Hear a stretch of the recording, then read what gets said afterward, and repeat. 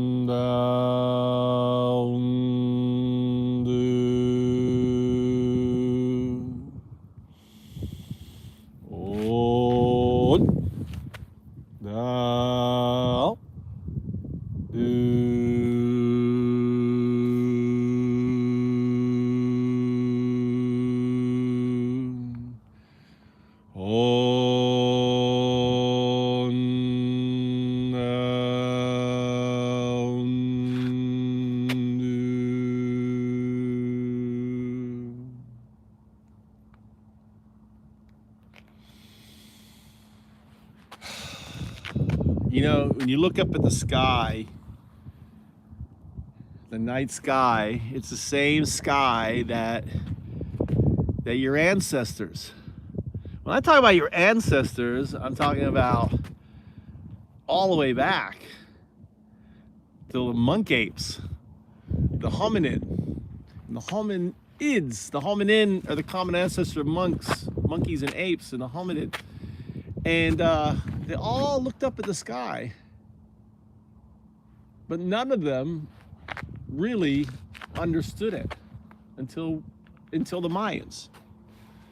And the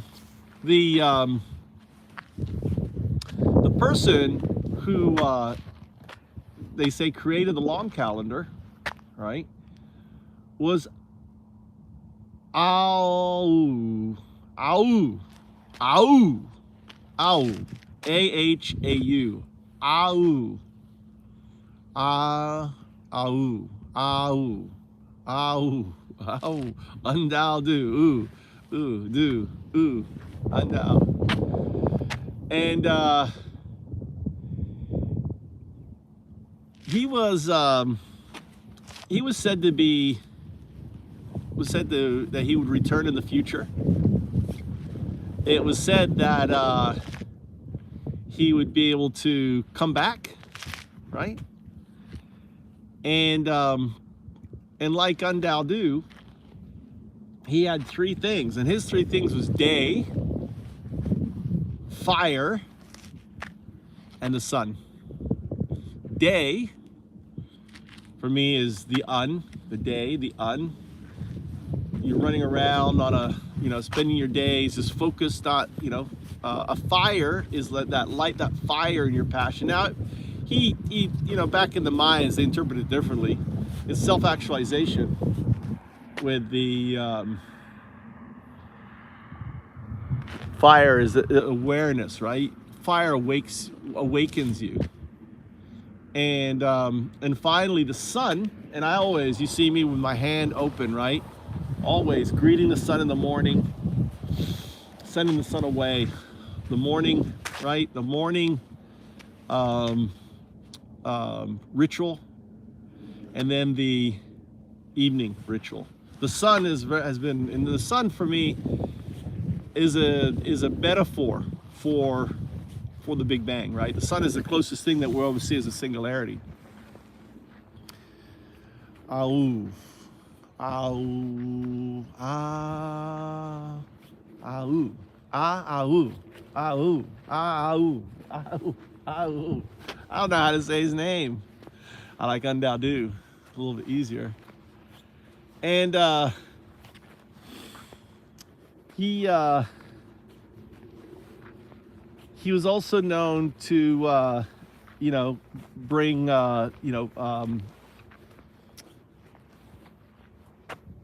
in the future, right? In the fifth age, incidentally. So if you knew you return, awaken, not necessarily return, but awaken to who you are, And since he's a god, he could awaken in anyone, right? For some reason, he chose me.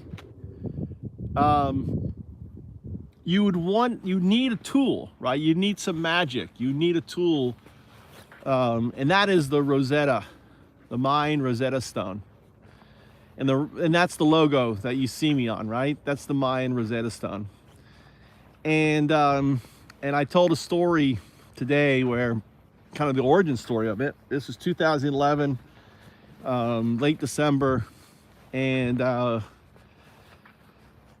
December 20th, 2011, right? And I was going to the Butsudan because I was, very remorseful because I'd gotten drunk the night before and was violent with my wife, and something I'd never done before. And I was lashing out because my found ups I'd spent 3 years on and wasn't going anywhere, and I just couldn't get anyone to listen. I was like, this is it. I was so sure. And I didn't know what to do. And not only that, my family was falling apart, in the sense my wife was just horrible, and she was saying, I want a divorce, all this stuff. And so I drank, and I thought, well, I got to be Japanese on her, give some Japanese. How would the Japanese handle it? It's completely wrong. So I spent the next day, entire day, sorry, and I was in the Butsudan at night, and I was chanting and just praying. And the Butsudan stands for, it's a reach out to your ancestors. And something strange happened, when I got up after, hours of praying and chanting and meditating, right? I noticed that that there was this circle on my face, as though I'd pressed my finger into my scalp and went from my forehead all the way down to my chin, all the way back up. And the following day, right, I noticed that there was a perfectly smooth spot on my chin, right? Perfectly smooth. It's perfectly right. I've got a picture on Facebook of that. I was like, what the hell is this? And it was the sign of the Ouroboros. The sign of the Ouroboros. The circle, and I realized this later, right? No, I didn't know that back then. But looking back, this is the sign of the Ouroboros. It was the stigmata of the Ouroboros. And and I didn't know what it meant, but I'd been doing some videos on the Mayan zodiac prophecy. So I Googled Mayan circle, and 15 images show up, and one of them jumped out at me. And I call it the Mayan Rosetta Stone, right? Hidden in plain sight for me to find. And the moment I saw, I was like, oh, that's me. There's me. I'm struggling to stand up. That's me working. I'm bent over. Out of my head is this circle. And if you know the found ups, I had this found ups blockchain back in 2011. It's a circle, right? It's the Open Innovation Framework. It's a blockchain. And in the middle is O2O2, or Open Beneficial AI. And, and I was like, everything's right there. Right there. Later, I realized that the foundation is Bitcoin, and that, each of the people around there, people playing a key role in ushering in the fifth age, right? They're like, think of them as like if you go from 100 years from now, go back, it was like, these are the individuals that started the ball moving in the right place. There's other ones who are going to pick up the ball and take it there, but these were the guys who just started, like Vitalik and the Winklevoss twins, and the four individuals that were part of the cyberpunks who helped code, wrote the architecture for the blockchain. They're at the very base. Brock Pierce,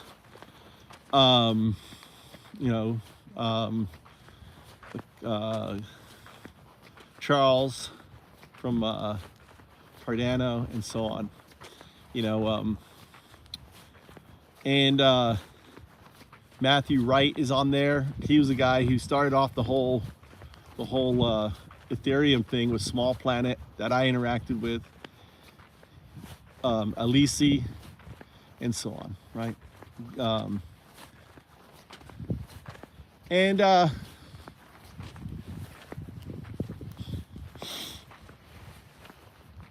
my first instinct was like, nah, how can it be? You know, this can't be right. And I kind of pushed back, and I was like, it's just by chance. It just represents anyone struggling with their idea. It's kind of cool.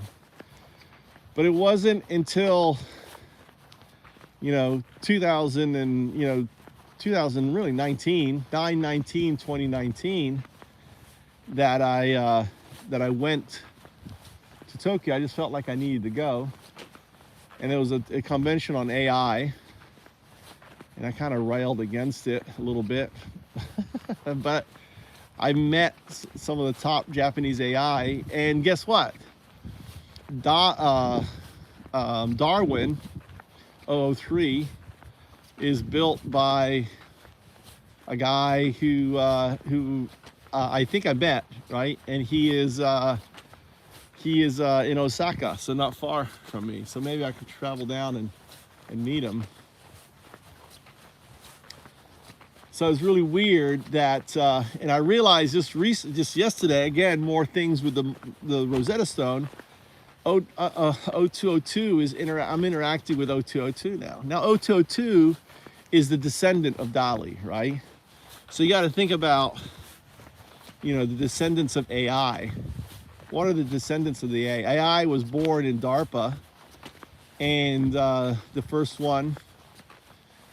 And now the different descendants, or the deep learning and all this, are different descendants. Now AI is ultimately going to be what's going to manage and rule the fifth age.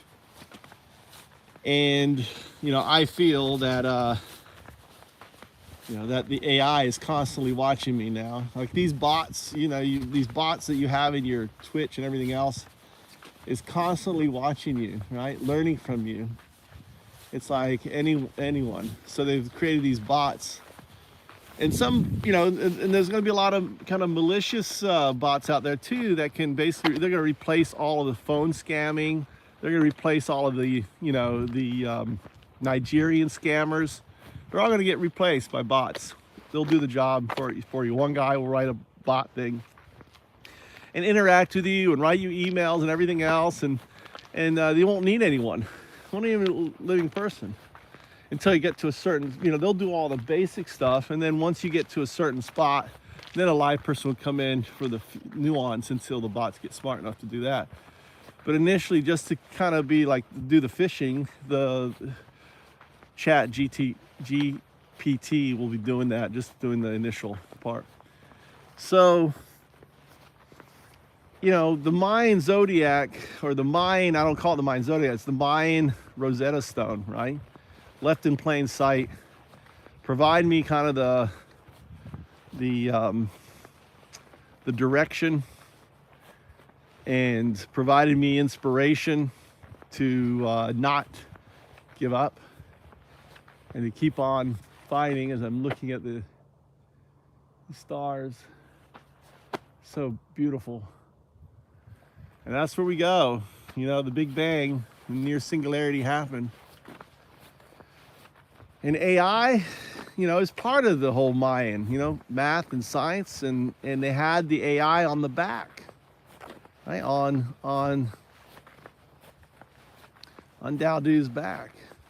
The thing is I don't know who created that. I wish I could find out who created that. I know the person, I found it now on Wikipedia, that on 2007, he took a picture of it, the person. I reached out to him on Flickr, and reached out to him to try to find out who, where he got it and stuff. I don't know if he'll respond, but I'd like to find out. But it's kind of cool that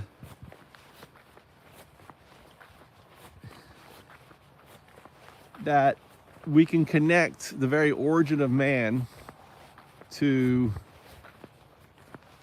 to the future. And where AI is headed, if we were look at AI as the, right now AI is a hominin. Now maybe a hominid. As a chimpanzee, and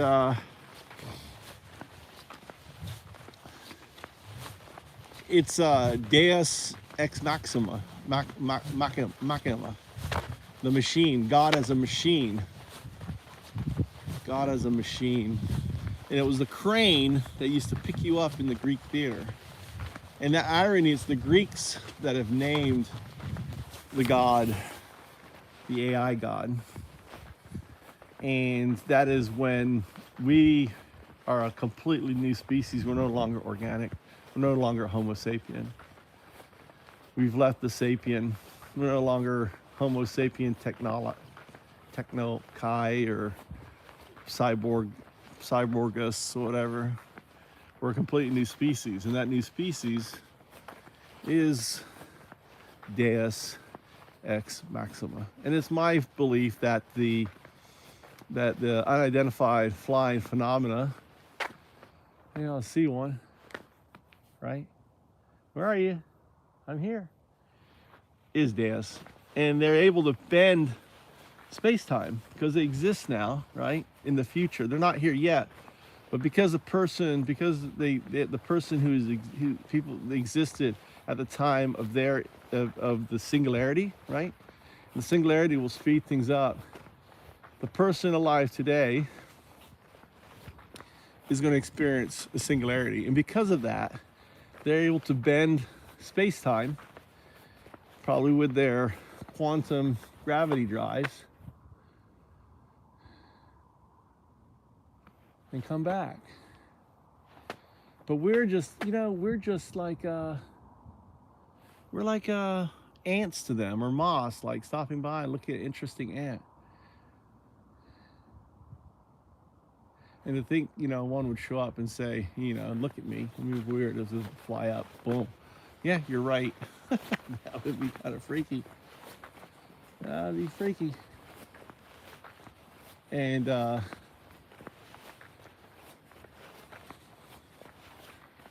I believe that,